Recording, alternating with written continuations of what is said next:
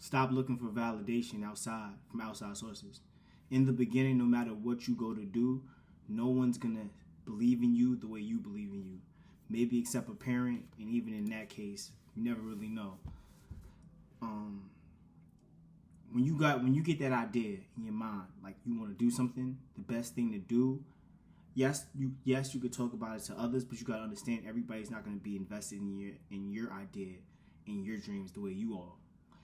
I learned that from running. You know what I'm saying? Like I look at all the ideas I have when it comes to different videos, photography, things like that, and I just think about the obstacles or the places that I put myself initially where it's like, oh, I gotta wait for this person to help me with this video, and I need this person to take this photo.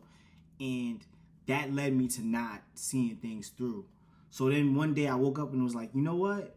What happens if I just see things through? Like, what happens if I just move myself out of the equation, move myself out of the way, and then just go instead of acting like I need this person, that person. Let me just go, right? And it's like everybody that believes in what I'm doing will then find me. You know what I'm saying, and then be able to support or whatever the case is. But initially, it's kind of like you don't know who. Since it's an idea in my mind, and I feel like we all have tons of ideas, it's hard to have the same foresight on something and be locked in on something and engage with something for somebody else that's not inside your mind. But for me, that was like running became that thing, and before that, it was T by Teo. Like that was my thing. That was like, yo, let me just see how far I could go with this. And because before that, I wanted like to have a streetwear line. I wanted all of these different things, right? And I noticed that I kept stopping where I'm like, yo, I need this person's help. I want this, and I start including all these other people. But why? Because I probably felt like I wasn't enough to do it on my own. Like I felt like I didn't have all the ideas. I felt like I didn't have maybe the talent or foresight to do it on my own. But one thing that you learn by going out there and doing it is just the confidence that you build from being able to put one foot in front of the other. With running, you have that. Like running taught me like, all right, I want to run a marathon. I used to always put it off like that's something I'll do like later in life. But as long as I'm not training for it, I'm not getting closer to that goal. You know what I'm saying? That's what running really has showed, where it's just like, as long as I sit back and I'm thinking I want to do it, I'm more so feeding to my ego instead of feeding to the self that wants to explore and experience things. So like, the main thing is that I'm really trying to get across. And like I said, when I make these videos, it's not necessarily just talking to you. I'm talking to different versions of myself. You know what I'm saying? It's like these are things that I wish that I might have heard or I might have been too much in my head about. So it's like if I could reach out and help a part of myself is also a time capsule. Why not be here?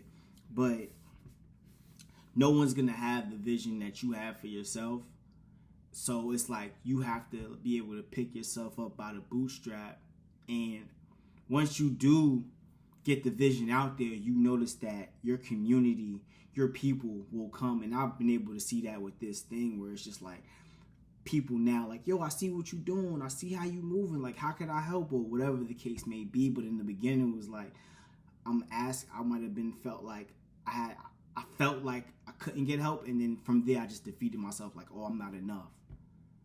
That might be the theme there. It's like you kind of got to get that thing where once you stop caring about the validation on the outside, because I feel like a part of that is that, because it's like you don't feel like you have enough skills or whatever to get to what you get to, but it's like whatever you put out there, you're only going to continue to grow.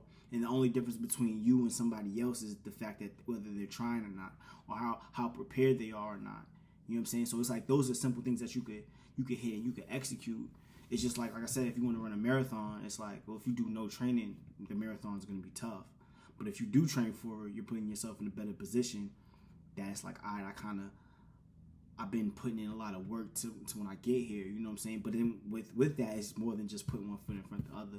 Your diet is a major factor because your weight matters and all of these different things. And it's like, well, if you weight train, those are things that you learn along the way.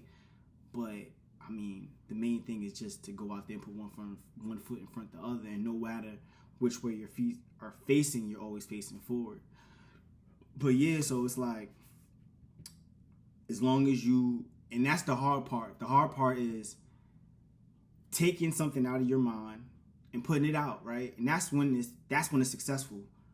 But it's hard because when you take that idea out your mind and you try to bring it to life and you're sharing it with other people, it could be scrutinized, it could be critiqued, and that's when you're the most vulnerable, because it's just like, I feel like I did a great job, and it's like, oh well.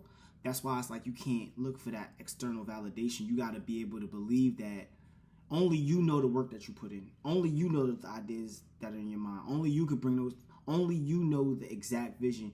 You can share it, of course, and you can get people to help along the way, but you kind of got to get yourself popping. You kind of got to get yourself out there. You know what I'm saying? You kind of got to start it. You kind of have to want it and in your being to the point where it bothers you that it's not alive. Like, it's not out and it's not breathing. It's kind of like the marathon, where it's just like, I say I want sub 3, and I've been grinding towards it so much where it's just like the pieces are finally starting to come together, where it's just like, yo, all you gotta do is be patient. Be patient, put the work in. You're building the confidence that you could do it, and the next thing you know, you start to realize the difference between the person that's this fast, and like, okay, this is what I gotta change, and this is what I gotta critique, and this is what I gotta get to. But just a little Saturday motivation. But it's like, it all starts with taking that idea out of our brain and just bringing it to life, and not seeking external validation for it. We gotta kind of understand that, yo, all your ideas are good enough. I always hate the thing when people say like, yo, you have to find like your voice and it's like, you are born with a very unique way of how you see the world. Only you see the world how you see the world. Like, you have 2 eyes and a brain that are yours. And if you just bring that to whatever you're trying to create or whatever you're trying to do, you're bringing your own voice to it. You know what I mean? Like, we all have different voices. We all have different ways we see the world. You can be standing right next to each other but see 2 different things. So, like, you have that already in you. It's just unlocking it. It's just being confident in it. You know what I'm saying? Because it's like, all right, well, I see the world this way, but I kind of want to be able to... It's like the skills to then be able to exactly show the world exactly how you see it is the hard part. But your vision and your voice and how you see it, you born with that. You born with that. And you only upgrade that over time. So, little Saturday morning motivation. Get out there and go do your miles if you haven't. Because putting one foot in front of the other, you're just going to feel different. You know what I'm saying? It's like, as long as we get out there and we doing things, try not to focus too much on like how we're going to be viewed, how we're going to be saw. We ain't going to have to worry. That's why, like, I'm here. Like, I'm just here to be as vulnerable and share as much as I can. Like, if I could be the crutch, if I could show all of the things where I failed at, like, I got ideas for videos that I might not have put out yet, or things I haven't gotten to yet, and I want to get to them, but I just haven't. And it's maybe not because of times. It just hasn't happened. But I'm not trying to justify and be like, oh yeah, well, this is stopping me. It's like, nah, I just haven't gotten to it yet. But we gonna get there. But still a flies runner. It's Mr. 630 because I got this joint hands down. Or you can call me Mr. Hands Down, whichever one you want. You heard? Your boy Tayon in the building. The flyest thing on 2 legs. You know what we doing. Little product chain. Each say. When it comes to the fashion. These brands ain't holler at me yet, but I get to say what I want and how I feel. I might be the first person to run in Dior. I might run a marathon in a Dior suit or something like that. Something filthy, because high fashion is me in life. You dig? But until next Saturday, this might be a little series. Saturday morning motivation. Get it in. You heard? Tell you what.